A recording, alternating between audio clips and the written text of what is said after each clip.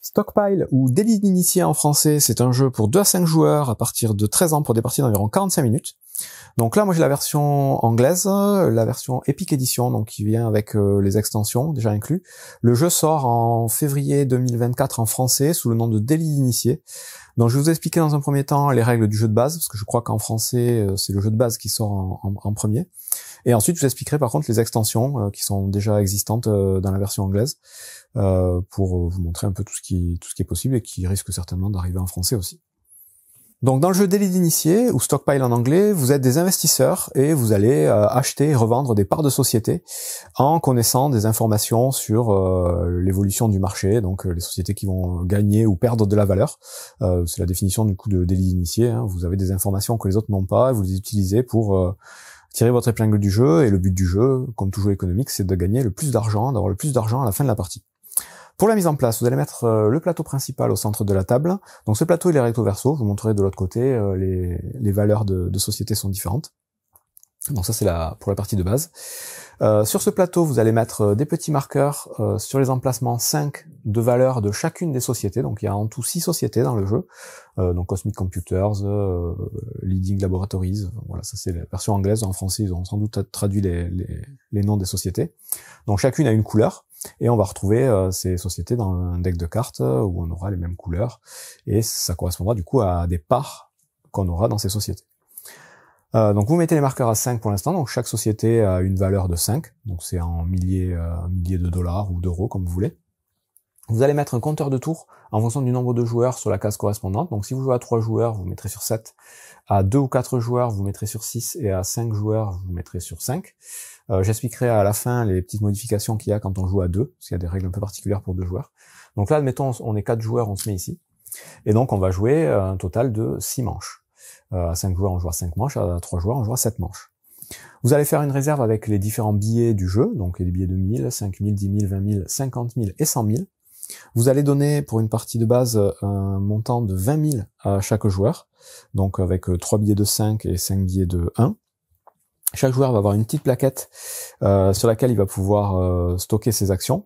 Donc il y a 2 côtés, il y a les actions standards et il y a les actions divisées qu'on pourra gagner au fil de la partie.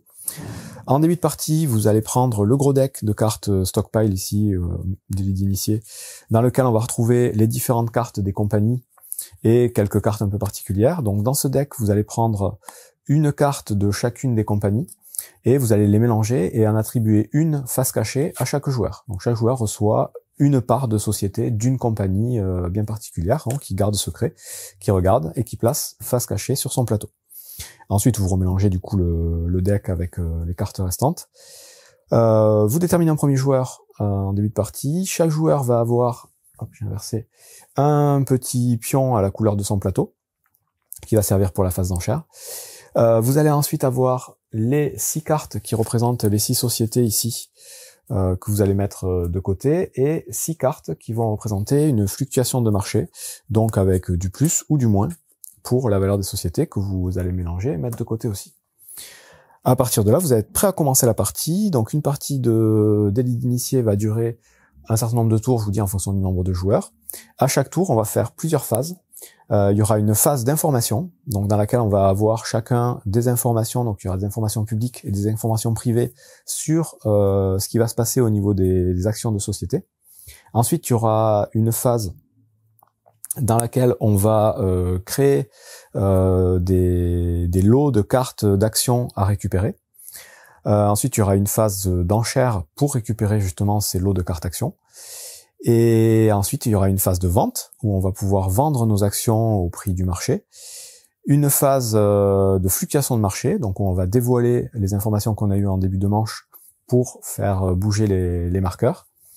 Et ensuite, on repart pour un nouveau tour, donc on avancera le marqueur et on refait toutes ces étapes pour faire fluctuer tout ça. Et le but, je vous dis, c'est d'avoir le plus d'argent à la fin du dernier tour. Donc la première phase d'un tour, phase d'information, vous allez mélanger toutes les cartes de société ici, donc les 6 sociétés, et vous allez distribuer une carte à chaque joueur. Donc là, admettons, on est 4. Ensuite, vous mettrez une carte face visible à cet endroit-là, et l'autre ou les autres face cachée ici. En fonction du nombre de joueurs, si vous jouez à 3, vous aurez 2 cartes face cachée ici. De la même façon, vous allez mélanger les cartes de fluctuation de marché et vous allez aussi en donner une à chaque joueur. Une qui sera face visible ici et l'autre qui sera face cachée ici. En fait, on va créer des paires société fluctuation qui seront distribuées entre tous les joueurs et au centre de la table. Donc chaque joueur va avoir une information bien particulière sur une société bien précise qui sera secrète. Donc on aura chacun notre information. On a tous une information commune et il y a une dernière information que personne ne connaît. Avec ces informations-là, on va pouvoir mettre en place des stratégies pour essayer de gagner le plus d'argent. Ça, c'est la première phase. La deuxième phase, c'est la phase d'approvisionnement où on va donc créer des piles de cartes marché. Donc on va prendre ce deck-là. On va dévoiler une carte pour chacun des emplacements en fonction du nombre de joueurs. Donc là, hop, je vais mettre comme ceci. Donc là, si on joue à 4, on s'arrêtera à la 4e calculatrice. Vous avez des calculatrices ici. Si on avait joué à 5, on aurait mis une 5e carte ici. À 3 joueurs, on se serait arrêté là. Et à 2 joueurs, je vous expliquerai après, c'est un peu particulier. Donc là, on dévoile une carte ici. Et ensuite, on distribue 2 cartes de ce tas à chaque joueur. Donc chaque joueur va avoir 2 cartes. Et dans l'ordre du tour, donc on a le jeton premier joueur ici. Les joueurs vont donc regarder secrètement leurs cartes. Et ils vont devoir attribuer ces cartes aux différentes zones du plateau ici pour créer des stocks d'actions. Donc on doit à chaque fois mettre une carte face cachée et une carte face visible. On peut très bien mettre nos 2 cartes au même endroit. Je peux très bien mettre une carte face cachée ici, une carte face visible ici, ou les dispatcher entre les différents lots. Donc admettons, voilà, j'en mets une ici face visible, une ici face cachée, dans le sens aigu d'une montre, en partant du premier joueur, au sens l'ordre du tour. Chaque joueur va faire pareil, donc on va créer des lots de cartes de cette façon, avec plus ou moins de cartes. Il faudra chaque fois laisser visible le nombre de cartes et pour les cartes face visible le symbole ou la couleur des cartes. Et une fois que tout le monde a fait ça, donc je vais le faire vite fait, hop, on va faire ça, une visible, une cachée, une visible, une cachée. Une fois que tout le monde a fait ça, on est prêt à passer à la phase d'après, donc ça va être la phase d'enchère. Et dans cette phase, on va essayer, donc à la fin de cette phase, chaque joueur va récupérer un lot de cartes obligatoirement. Et pour ça, on va miser avec nos petits bonhommes. Avant ça, avant d'expliquer cette phase, je vais vous expliquer les différentes cartes qu'on trouve dans ce deck, du coup. Il y a donc des cartes qui correspondent aux 6 sociétés, donc en plusieurs exemplaires. Vous allez ensuite avoir des cartes avec des frais de négociation, donc les cartes avec des valeurs négatives ici, qui vont de -1 à -3, je crois. Ces cartes-là, si vous les gagnez, tout de suite, vous devrez payer le montant indiqué au moment où vous les gagnez. Donc là, si vous prenez ce lot, par exemple, vous allez devoir payer 1000 et vous défausserez la carte en question. Et ensuite, vous avez des cartes actions, donc actions de jeu, pas actions de société pour le coup. Ces cartes-là, il y en a de 2 types. Il y a celles avec la flèche rouge qui vont, au moment où vous les récupérez, donc dans une phase d'action, vous allez pouvoir faire baisser la valeur d'une société de 2 cases. Et vous avez la même chose avec la flèche verte, vous allez faire augmenter la valeur d'une société de 2 cases aussi. C'est toujours +2 ou -2. Ces cartes-là sont des cartes actions, donc il y a un petit A ici, que vous utiliserez dans une phase qui va suivre celle-là. Donc, mais cette phase-là d'enchère, du coup, toujours pareil, en commençant par le premier joueur et dans le sens horaire, vous allez prendre votre petit bonhomme et vous allez le placer sur une des cases de la calculatrice correspondant au lot que vous voulez récupérer, évidemment. Donc si vous vous placez sur le 0, ça veut dire que vous voulez payer 0 pour récupérer ces cartes. Donc évidemment c'est le plus intéressant, hein. Au début il vaut mieux commencer comme ça. Ensuite c'est au joueur suivant, donc le joueur suivant il va pouvoir se placer ailleurs s'il veut, mais il va pouvoir venir enchérir sur l'endroit où vous êtes si vous pensez que c'est plus intéressant, donc il va devoir, s'il veut enchérir, se placer sur une case supérieure. Ensuite ce sera au joueur suivant, lui on va dire il va venir ici, lui il va venir ici, et là ça revient à mon tour. Du coup comme je suis plus majoritaire au niveau du coût sur la pile que je veux récupérer, je dois récupérer mon jeton et je suis obligé de me replacer ailleurs. Donc je peux très bien essayer de venir challenger un autre joueur, ou je peux venir me placer sur un emplacement où il y a encore personne, et donc on va jouer comme ça. Mettons je me mets ici, je vais plutôt récupérer celle-là. Dans ce cas-là, les autres joueurs, tant qu'on n'a pas mis une enchère plus forte, ils bougent pas. Il y a que ceux qui se font dépasser, qui récupèrent leur bonhomme et qui doivent se replacer ailleurs. Et donc on peut monter comme ça, petit à petit, jusqu'à arriver au maximum à 25. En sachant qu'à chaque fois qu'on se place, évidemment, il faut qu'on puisse payer le montant sur lequel on se place, parce que c'est quelque chose qu'on va devoir payer ensuite pour récupérer les cartes. Donc là, je me suis placé sur 1, il faut que je puisse payer 1000 à la fin de mon tour. Si je me place sur 25, il faut que j'ai les 25 000, sinon je peux pas m'y placer. Et 25, donc, c'est le dernier emplacement, parce qu'au moment où un personnage se place là-dessus, personne ne pourra venir lui piquer la place. Mais bon, 25, ça fait beaucoup. 25 000 pour des cartes, c'est un peu cher. Donc là, admettons, lui, il lâche un peu et il se met ici. On passe alors à la phase de récupération. Donc, chaque joueur va devoir payer d'abord le montant sur lequel il est. Donc là, c'est 0. Boum, le joueur jaune, il récupère ses cartes gratuitement. Là, c'est 0 aussi. Lui, il récupère ses cartes gratuitement. Le vert, il doit payer 3000 par contre, donc il va payer ses 3000 à la banque pour récupérer ses cartes. Et moi, je dois payer 1000, je paye 1000 à la banque et je récupère mes cartes. Comme je vous ai dit, quand on récupère les cartes, donc déjà on va dévoiler les cartes un peu secrètes qui ont été mises, hein, donc on sait ce qu'on a. Toutes les cartes trading fees, là, donc frais de négociation, on doit les payer tout de suite. Donc là, je dois payer 3000 et on les défausse dans une défausse commune.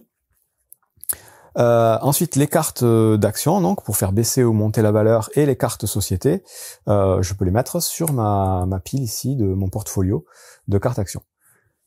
Une fois que tout le monde a fait ça, récupérer ses actions de société et payer le coût, on récupère tous nos personnages. Donc je sais plus où ils étaient, mais c'est pas très grave. Et on passe à une phase d'action. Donc à la phase d'action, on va pouvoir du coup utiliser, on va même devoir utiliser toutes les cartes actions qu'on a récupérées. On est obligé de les utiliser, on peut pas garder des cartes actions d'un tour sur l'autre. Donc toutes les cartes actions qu'on a récupérées, encore une fois dans l'ordre du tour, on va les jouer. Donc là, j'ai 2 fois la baisse d'une valeur de société. Donc je pourrais par exemple baisser celle-là et baisser celle-là. Et je défausse les cartes. Si d'autres joueurs avaient eu des cartes de ce type, ils auraient fait exactement la même chose. Donc lui par exemple, lui il aurait dû payer 3000. Hop. Et là il peut faire monter une société de 2 cases. Hop. Évidemment, on va essayer de faire monter les sociétés qu'on possède et faire baisser les sociétés des autres joueurs. Donc il y a quand même beaucoup d'interactions dans ce jeu. Il faut essayer de calculer ce qu'ont récupéré les joueurs pour essayer de faire perdre de la valeur aux sociétés qu'ils ont et en faire gagner aux sociétés qu'on a.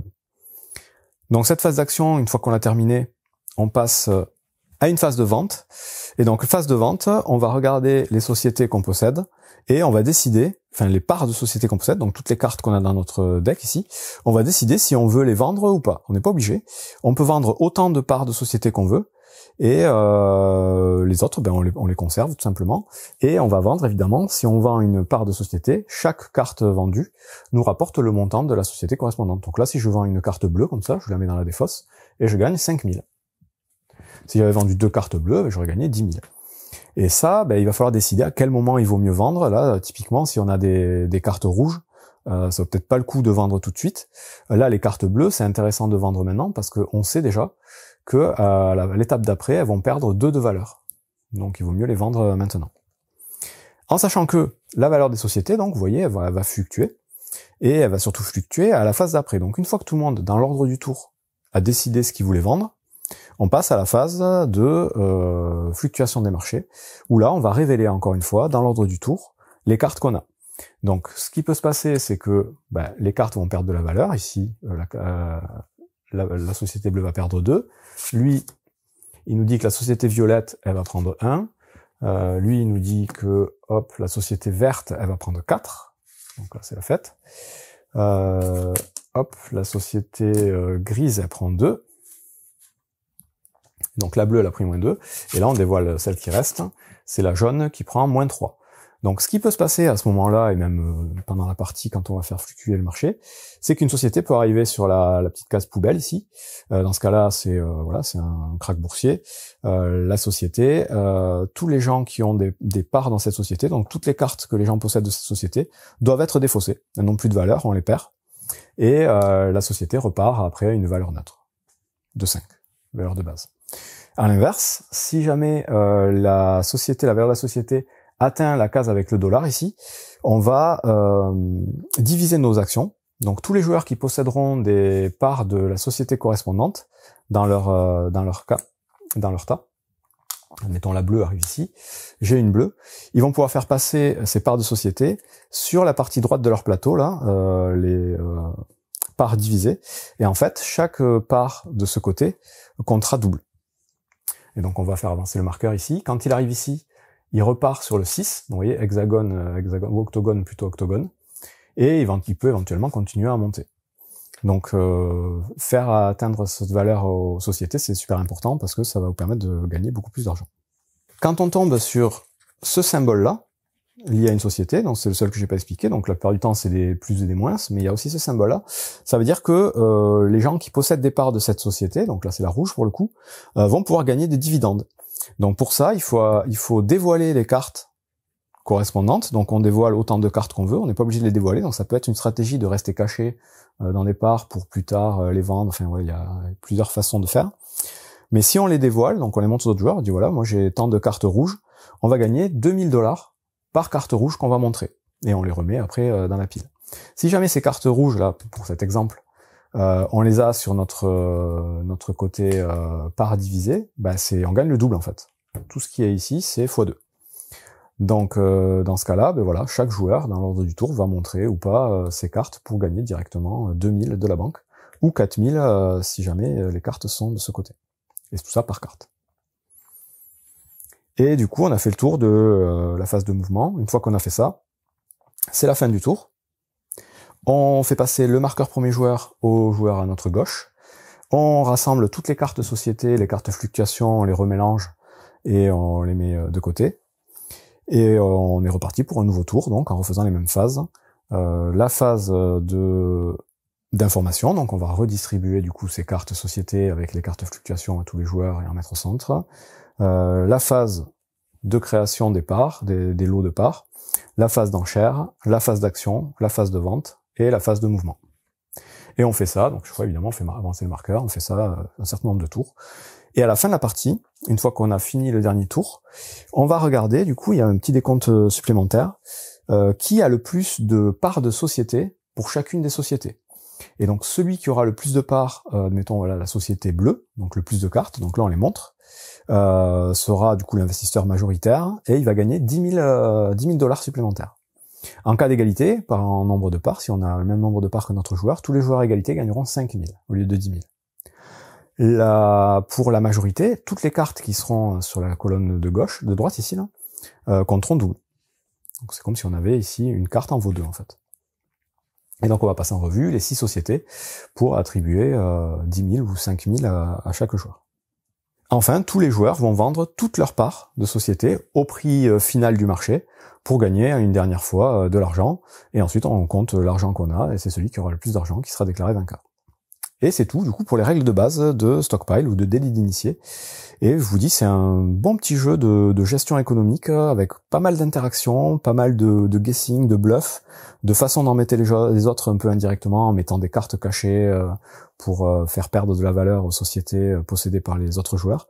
Donc vraiment assez interactif et vraiment intéressant. Le thème est pas des plus fun du monde, hein. Société, voilà. Vendre et acheter des parts de société, c'est pas non plus super fun, mais mécaniquement et en termes d'ambiance et de jeu, c'est vraiment très chouette. Je vais maintenant vous expliquer la petite variante pour jouer à 2. Donc à 2, en fait, on jouera avec les pions bleus et rouges qui sont en 2 exemplaires dans la boîte. Chaque joueur va prendre 2 pions. Donc on aura 2 pions chacun. Je vais le faire de suite. Donc voilà, 2 pions rouges, 2 pions bleus. À la mise en place de départ, au lieu de prendre 20 000, on prend 30 000 chacun. Ensuite, à la phase d'information, on va distribuer 2 paires société fluctuation à chaque joueur, et les 2 paires restantes seront face cachée. Donc il n'y aura pas d'informations visibles quand on joue à 2 joueurs. Au moment de la phase de création des cartes ici, on va jouer avec les 4 emplacements, donc tous ceux où il y a marqué 2 joueurs ici, et on va mettre une seule carte, donc exactement comme un multijoueur du deck face visible ici, et chaque joueur va piocher 2 cartes, en mettre une face cachée et une face visible, une première fois, et on va faire ça une seconde fois. Donc on aura chacun joué 4 cartes, 2 visibles et 2 cachées, pour créer les piles. Et à la phase d'enchère, on aura 2 bonhommes en fait pour enchérir, donc on mettra un premier bonhomme, ensuite un deuxième, et c'est exactement le même principe que j'ai expliqué pour la phase multijoueur. C'est à peu près tout donc pour les différences quand on joue à 2. Et après, bon, c'est les mêmes règles, ça se joue à peu près pareil. Honnêtement, j'ai pas essayé, je pense que c'est clairement un jeu qui est fait pour être joué à beaucoup, hein. C'est plus à 4-5 que ça prend son intérêt. Mais bon, voilà, il y a un mode de joueur, je vous le montre. Autre petite variante qui est présente dans le jeu de base, c'est que le plateau, je vous disais, est recto verso. Et de l'autre côté, on a des marchés qui sont différents. Vous voyez, les sociétés vont gagner et perdre de la valeur plus ou moins vite, et donc ça rend la chose un peu plus dynamique, un peu plus stratégique. Ça, voilà, c'est une variante assez simple à mettre en place. Ensuite, au niveau des extensions, donc qui seront pas dans la boîte de base, qui viennent en plus. Donc, il y a 2 grosses extensions qui sont sorties en vrai pour ce jeu. Donc là, elles étaient incluses dans la boîte. La première de ces extensions va faire entrer des cartes titres de propriété, donc ce sont des cartes donc de valeur 1 ou 5. Ces cartes-là, vous allez les rajouter à côté de la banque des billets. Et à chaque début de tour, les joueurs auront la possibilité d'acheter jusqu'à 3 bons à un coût variable en fonction du nombre de joueurs. Donc vous avez une petite carte tête de jeu là qui va vous donner le prix. Si vous jouez à 2, chaque bon vaut 7000. À 3, 6000, à 4, 5000, et à 5 joueurs, chaque bon vaut 4000. Donc ça va être à vous de savoir si vous voulez en acheter ou pas au début de chaque tour, en sachant que chaque bon va vous rapporter $1000 d'intérêt à chaque tour. Et qu'en fin de partie, tous les bons, vous allez pouvoir les revendre à leur prix d'achat. Donc c'est un bon moyen d'avoir du coup des revenus à chaque tour, sauf que ça va vous faire perdre quand même de l'argent pour la phase d'enchère du tour en cours. Donc il faudra trouver le bon équilibre entre investir dans ces titres de propriété ou pas pour gagner des intérêts ou pas. Ça c'est le premier module. Donc chaque petite extension est indépendante, donc on peut les rajouter ou les enlever, on n'est pas obligé de tout jouer avec tout en même temps. Donc ça c'est les titres de propriété. Ensuite, on a les commodités et les taxes. Donc, c'est un nouveau deck de cartes dans lequel on a différents types de commodités. Donc, voilà, le gaz naturel, l'huile, il y a différentes choses. Il y en a, je crois, 6 ou 7 différents. L'or, les céréales. Et en plus de ça, il y a des cartes taxes mélangées à tout ça. Donc ça, on va créer un deck avec tout ça. Et à la phase de création des piles d'actions, ici, la phase de création des cartes, quand les joueurs auront placé leurs 2 cartes, une face visible, une face cachée, ils vont aussi piocher une carte de ce tas, ici, la regarder et venir la placer face visible sur une des piles de leur choix. Donc ça va rajouter un type de carte à chaque lot. Donc ça pourrait être, je vous dis, soit des cartes taxes, soit des cartes d'un type de commodité. Donc c'est des cartes qu'on va du coup gagner en même temps que toutes les autres, et qui viendront, quand on les gagne, se placer à côté de notre plateau personnel, face visible, ça doit être commun et visible de tous, et ça aura un impact en fin de partie. Donc toujours pareil, avec la petite cartette de jeu, on vous dit en fin de partie, par type de commodité différent que vous aurez, vous gagnerez un bonus. Donc si vous en avez une seule, ce sera 3000, 2 c'est 8, 3 c'est 15, 4 c'est 24, jusqu'à 6, 48 000, si vous avez réussi à collectionner 6 commodités différentes. Et on peut faire plusieurs sets différents. C'est un principe de collection assez connu dans les jeux de société. À l'inverse, les cartes taxes, c'est des malus. Si vous en avez, vous allez perdre des points, et plus vous en aurez, plus vous perdrez d'argent. Donc à la fin, si vous en avez 7 par exemple, ce sera moins 56 000, ce qui est assez énorme. Donc voilà, un nouveau type de carte pour apporter encore un peu plus de variété et de façon de gagner ou perdre de l'argent. Autre module, vous avez les dés de fluctuation de marché. Donc ça, en fait, ça va venir remplacer les 6 cartes de base de fluctuation ici, qu'on a dans le jeu de base. Donc normalement, on a une carte dollar, 1 plus 4, 1 plus 2, 1 moins 2, 1 plus 1 et 1 moins 3. Donc ça, c'est les 6 cartes qu'on associe aux sociétés. Bon, ben avec cette extension, à chaque début de phase donc d'information, on va lancer les dés. On va les placer là-dessus, et on va aller chercher dans un deck de cartes fluctuation, donc où il y en a du coup beaucoup plus. Vous voyez, il y en a tout un tas. Les cartes qui correspondent aux valeurs de dés. Et ce seront ces cartes-là qui vont être associées aux sociétés pour faire fluctuer le marché. Et donc là, on va avoir des dividendes à 1000, des dividendes à 3000, je crois. On va avoir du plus 5, on va avoir du moins 4, enfin ça va être un peu différent, et ce sera différent à chaque tour. Donc ce sera jamais les mêmes variations, ça crée un peu plus de variabilité au niveau des changements de valeur des sociétés. Autre module, les cartes d'investissement stratégique. Donc c'est un nouveau deck de cartes encore, donc là il y en a un certain nombre. Ces cartes-là vont avoir des petites capacités particulières, et en tout début de partie, vous allez mélanger ce deck et vous allez donner 3 cartes à chaque joueur, plus autant de cartes que le nombre de rounds. Donc en fonction du nombre de joueurs. Si je joue à 5, vous donnerez 3 cartes, plus 5 cartes, vous donnerez 8 cartes à chaque joueur. Ces cartes-là, les joueurs vont les analyser et vont devoir en défausser 2 parmi les 8 qu'ils ont reçus. et ils garderont du coup un certain nombre de cartes, en gros autant que le nombre de tours plus une. Et ces cartes en fait, quand vous serez à votre phase d'action, donc au moment où vous devrez jouer les cartes actions, vous aurez la possibilité de jouer une de ces cartes de votre main, donc qui sont cachées au départ. Pour les jouer, il faudra payer le coût indiqué en haut à gauche, donc des fois il y en a qui sont gratuites, des fois il faut payer, voilà, 5000, 2000. Et quand vous les jouez, tout simplement, vous pourrez jouer une seule carte par tour, ça faut savoir. Vous ferez l'action qui est indiquée dessus, donc là il y en a plusieurs, il faudra les lire. Donc là par exemple vous pourrez vendre jusqu'à 3 parts de société pour 8000 chacune, indépendamment du coup de leur valeur du marché. Il faut payer 5000 pour le faire. Là vous recevez 3000 pour chaque différente compagnie que vous possédez. Et vous devez du coup les dévoiler. Enfin voilà, il y a plein de trucs, elles sont toutes expliquées, je vais pas toutes vous les passer en revue. Mais voilà, ça crée des petites cartes actions supplémentaires qui vont venir encore créer de la variété dans le jeu, donc c'est plutôt sympa.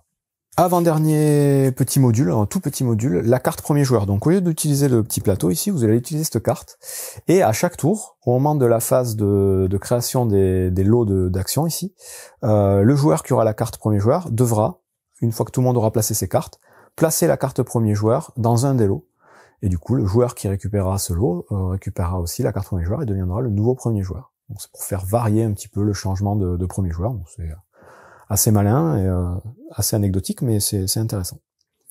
Et enfin le dernier module, et pas des moindres, le plus intéressant pour moi, c'est pour créer de la symétrie dans le jeu de départ, pour qu'on soit pas tous, qu'on ait tous des stratégies un peu différentes. C'est le module des investisseurs. Donc en gros, vous allez attribuer en début de partie un personnage à chaque joueur. Donc vous mélangerez ce tas et vous distribuerez 2 personnages à chaque joueur, et chaque personnage devra en choisir un parmi les deux. Sur ces personnages, on va avoir du coup un montant de départ. Donc au lieu d'avoir 20 000 en début de partie, ou 30 000 si on joue à 2, on gagnera l'argent qui est indiqué sur la carte, donc ça va être variable. Et en plus, on aura, pour la plupart des cartes, un petit pouvoir permanent qu'on pourra utiliser pendant la partie, donc au moment où ce sera indiqué, le plus souvent c'est pendant la phase d'action, qui va nous permettre voilà, d'avoir une petite particularité qui va orienter un petit peu notre jeu. Donc là, pareil, je vais pas vous passer en revue tous les différents pouvoirs, mais bon, là, on reconnaît un petit peu, c'est des personnages à peu près existants, hein, donc c'est assez rigolo. Par exemple, là, c'est Billionnaire Bill, donc on devine que c'est Bill Gates. Lui, il a pas de pouvoir, par contre, il commence avec 32 000 au lieu de 20, donc c'est quand même assez énorme. Quand on joue à 2, les montants sont différents, ils sont indiqués dans la règle, ils sont actualisés. Sinon, vous avez par exemple un pouvoir qui va vous permettre de gagner 1000 $ à chaque fois que vous placez votre personnage sur une enchère. Donc là, vous aurez tout intérêt à essayer de vous placer aux endroits où vous savez qu'on va vous piquer la place, pour à chaque fois vous replacer. À chaque fois que vous posez votre bonhomme, vous gagnez 1000 $. Vous avez par exemple un autre personnage qui, à chaque phase d'action, va vous permettre de défausser une carte de votre stock ici, d'action, pour en déplacer une autre dans la partie action divisée ici, donc qui rendra la carte beaucoup plus forte. Et voilà, tout un tas d'autres cartes personnages comme ça. Et on a fait le tour du coup de tous les modules, de toutes les extensions du jeu. Donc dans sa version de base, le jeu est déjà très sympa. Avec tous ces modules et toutes ces extensions, c'est encore mieux. Ça rajoute beaucoup de variabilité, beaucoup de nouvelles possibilités, de stratégies. Ça reste un jeu avec pas mal d'aléatoires, mais c'est un jeu avec pas mal de fourberies, pas mal de guessing, d'interactions directes ou indirectes. Moi j'ai trouvé ça très intéressant dans son genre, c'est vraiment chouette. Donc le thème fait pas nécessairement rêver, mais mécaniquement, encore une fois, c'est vraiment très cool. Donc, Délit d'initié en français, Stockpile en anglais, un bon jeu.